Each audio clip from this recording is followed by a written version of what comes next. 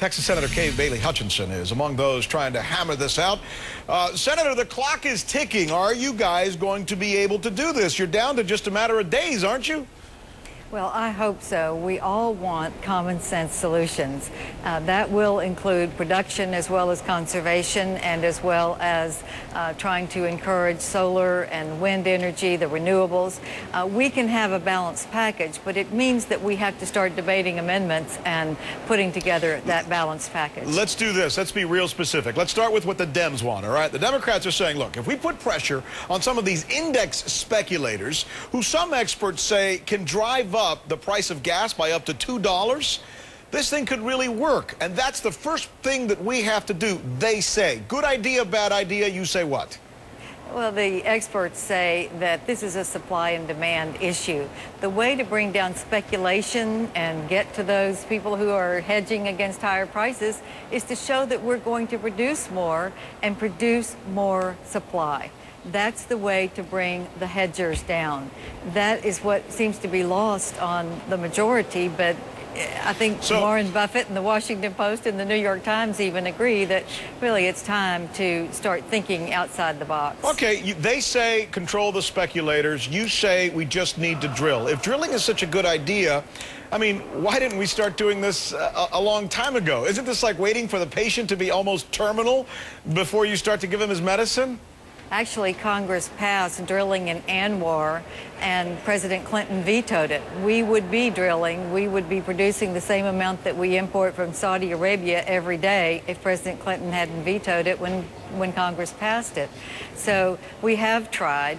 And I think now the circumstances are different. Even people who used to be against drilling, knowing that that is an interim solution for the next 20 years as we get the new technologies up and going. Right.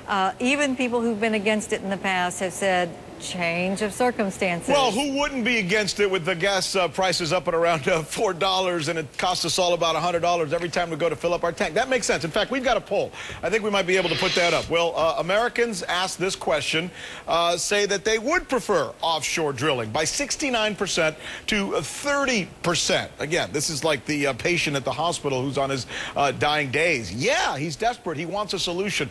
But now let's look at the flip side of this. I'm going to read to you what the Energy Information Administration says about the impact of offshore drilling, because a lot of people may see this as a panacea. It doesn't seem to be.